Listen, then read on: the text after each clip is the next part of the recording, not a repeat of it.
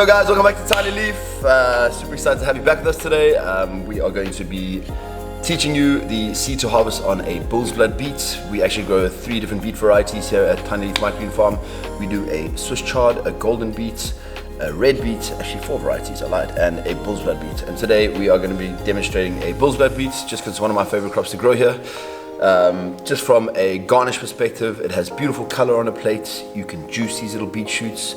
You can make little beet oils out of these shoots. There's so much you can do with them, and yeah, I've honestly used them so much in my chefing career as a young aspiring chef. Anyways, now we grow them and super excited to show you these seeds to harvest on a beet. So stay tuned and let's get stuck in.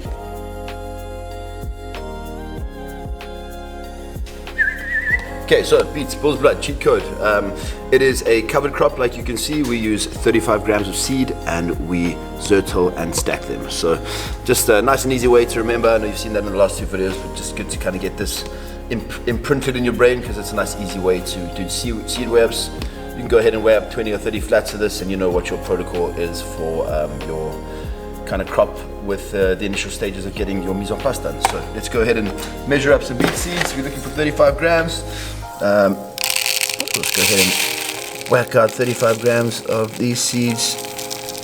They're pretty small seeds. Give or take a couple grams, you're good on that.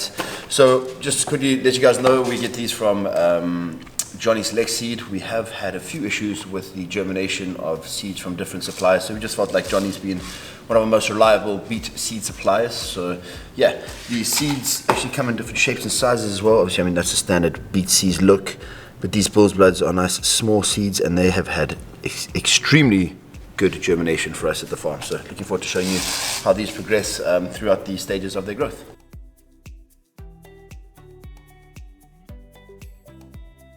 So guys, a lot of beet varieties dampen off just like your amaranths and your arugulas. I know I talked about dampening off in our last video, but it's very good to know that your beets tend to dampen off.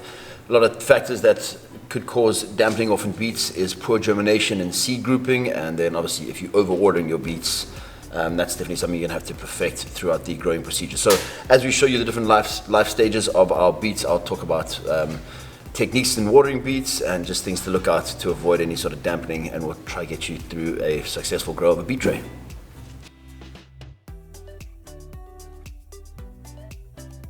So guys, we're going to go ahead and fill up our 10-20 flats just like we have for the last 3 crops we've demonstrated. I know Cassie in her last video did the Peat 10 rows. That was in a 2-inch flat. Beets are generally done in a 1-inch flat, so that's how we grow them here at Tiny Leaf. So again, just make sure any sort of foreign objects in your soil out of there. This is actually Florida peat, so it's kind of like a soil base factor in here. It's like we see, it's almost like a clay, so you just make sure all those little pieces are broken up. Same story as always, we will go ahead and trace our 10-20 flat. Just make sure we have a nice even surface for our microgreen seeds to level out, and it's actually important. So I'm going to talk you through these beet seeds here. If you look at the structure of them naturally, they have a lot of little grooves and places where any form of molds or spores can kind of hang around and stick out. So what we try to do with beets is we also overly cautious with sanitizing, and I'll take you through that stage when we get to the sanitizing part of our growing or planting procedures on the flat. So now that we have a beautiful flat of soil, nothing on it yet, but yeah, this is ready to go ahead and plant our beets. So let's go ahead and shake off our beets onto this 10-20 flat. So guys, we are ready to do our initial stages of watering in, same as we've done with all our previous varieties that we've shown you. So just enough water to kind of get that initial stage of our flat moist and ready to go. Beets are not a variety that you need to use any sort of a seed shaker, because as you can see, the nature of the seed is quite large. So we just go ahead and use our seed measuring cups as a guider. A lot of people hand sow these, but yeah, we've kind of just tried to perfect an equal distribution of seed on the flat as we get this nice and even. Again, like you can see, little divots to try to avoid any sort of big grouping of seeds, because that's something that could affect the final germination and then essentially dampening off of your beet tray. So there we go, there you have it, nice, beautifully kind of equally distributed 35 grams of seed per 10-20 flats, and we'll go ahead and show you the next stages.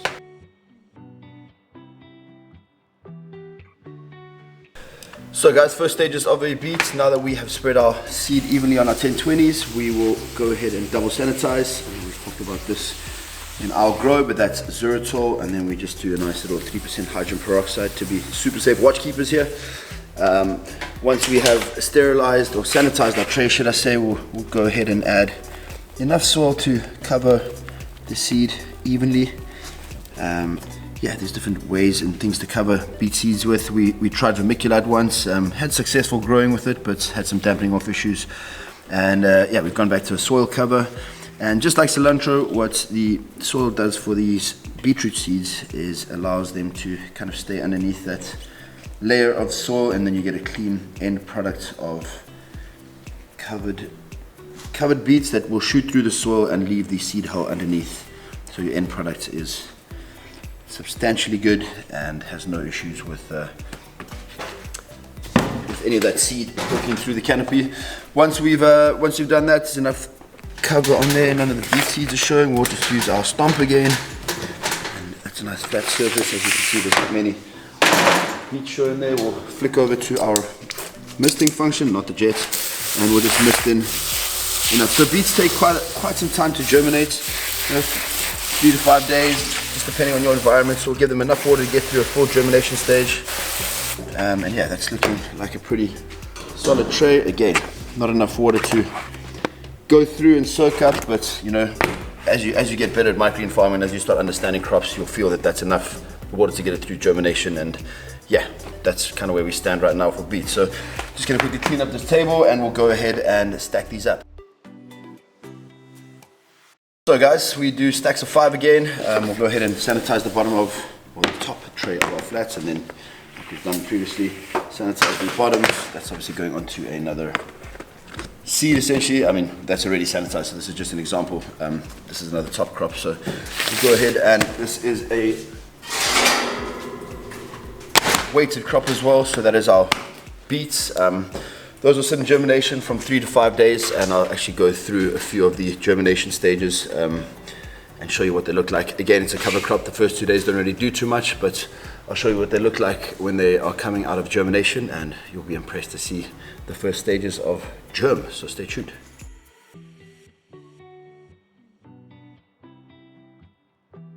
So guys, these have been sitting in germination for about 3 days now, 4 days should I say, and you can see they're just starting to poke through. It's a good example of a nice fully germinated tray. But you'll see in another 2 days throughout the germination stage, this entire surface will be some bubbling beets ready to jump on a light. So we'll come back in the next 2 days and I'll show you what they look like just before they're ready to go under light. Stay tuned for that. Okay guys, 5 days later, we're almost ready to, let's take a peek at this. You'll see how different the beets look out of germ. I showed you at the initial 3 days, and this is 5 days of germination, and these are ready to go under light. It'll be awesome to see the transformation, even in germination. Yeah, no mold on this canopy. That's definitely why we take a lot of precautions in terms of sanitizing initially, but yeah, that's a beautifully germinated tray of bull's blood beets. Everything's looking really good distribution of seed, and that's ready to go under light. So we'll throw it under light, and I will bring a crop out of light when it's ready to go after 2 days, and I'll show you what they look like.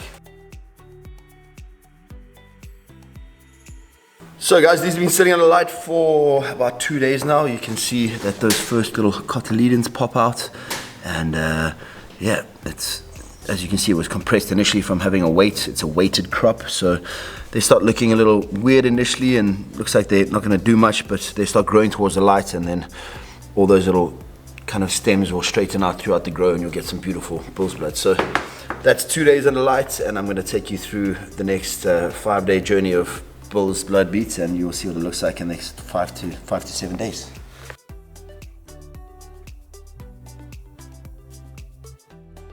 So guys, this has been under light for almost 13 days. We generally grow our bull's blood beet for 26 days, 23 to 26 days in total, just depending on harvest time. But as you can see, yeah, it's not fully red yet. All the cotyledons are still green, all that under canopy is still nice and green, but now you can see it's not squiggly anymore. You've got some nice beautiful straight stems, and yeah, you're starting to get some growth in the canopy as well. And yeah, no issues on dampening off. You can see it's a very healthy crop. The soil's looking good. Yeah, there's no dampening off whatsoever on that flat of beets, and all around just looking like a great start to a grow of some bull's blood beets. So stay tuned, and we're going to show you what they look like right before we're ready to harvest them up. Guys, quick little side note, we've had a foreign object, a foreign entity growing in our bull's blood here. That's actually a cilantro seed, funny enough, or it's actually parsley. One of the varieties we grow, but yeah, side note, good to make sure you clean out your shakers, that we use a shaker for a bull's blood, but yeah, make sure that you're cleaning your applicator, your shaker applicator, prior to changing different seed varieties when you're planting, because you get little foreign substance in there. We don't really want that in our bull's blood. So yeah, as you can see, this is a full, we harvesting at 26 days. You can grow beets from 24 to 28 days, just depending on the preference of your harvest size. But yeah, you can see now that it's fully matured. It is a beautiful purple crop, and honestly, I'm super proud of that tray of bull's blood. We grow a lot of it here at Tiny Leaf, and yeah, at this stage you'll probably get a full 8-ounce clam out of it. So 8 ounces volume, not weight. But yeah, we'll go ahead and show you the next stages of quickly harvesting this up, and this is going to go out to one of our extremely happy chefs this week, and yeah, it'll probably be on a plate of food somewhere around here in South Florida. So guys, mise en place, we're quickly get set up. We've got a fresh well inside there prior to our harvest, and then we'll go ahead and, again, just like we did with the arugula, we make sure we having a look at the under canopy, just so there's no kind of dampened off or any sort of mold underneath in that canopy, because it grows out to be quite a thick crop, but that's looking beautiful right now. So just making sure to take that extra step of precaution to make sure that the end product going to your clamshell is all looking healthy and happy. So yeah, again, there's different ways to harvest flats of microgreens. We use these Mercer knives, which are pretty solid for more of our delicate crop varieties, and yeah, quick little harvest up of this little flat. So we'll go ahead, sorry, makes a bit more of a mess, it's a beet. Go ahead, this is actually a fluff crop for us. So again, you can cotyledon up in your clamshells. You just find that these are nice fluff together. Again, when you're fluffing, you're not trying to do that magic mix, because microgreens are very delicate. So you're taking 28 days to grow this guy, so it's just a little fluff of your micros, and then we'll go ahead and take your clam. Look at that, man, beautiful stack of bull's blood in a 8-ounce clam, looking pretty sexy if you ask me. Another reason we wear gloves, not just from a safety perspective, is that beets bleed, so you don't want to pack in our clams and have red hands by the time you go home. You have some questions to ask and answer to. So yeah, we will quickly go ahead and label our bull's blood. Again, making sure, good example of not going on straight, that it goes on straight. And yeah, that's ready to get dated now, and we'll get that dated up, and that's going to cruise over to our refrigerator, and that'll be ready to send out to one of our chefs today. So guys, super stoked to have showed you the life cycle and the journey from seed to harvest of a bull's blood beet. Again, if you guys have any questions about our growing practices here at Tiny Leaf, please just check out our comment section below this video. We'd be happy to answer any of the questions that you guys have. Also, like and subscribe to our channel, please. Stay tuned for more videos. We, again, like I said initially in one of our videos, we are going to take you through the seed to harvest on pretty much every crop we grow here in Tiny Leaf Microgreen Farm. So stay tuned for our next video. Maybe we'll whip out some shiso and teach you guys how to grow some more technical crops with some vermiculite covers. But yeah, looking forward to showing you guys some more of our growing techniques here, but glad you could see the bull's blood beet. Enjoy.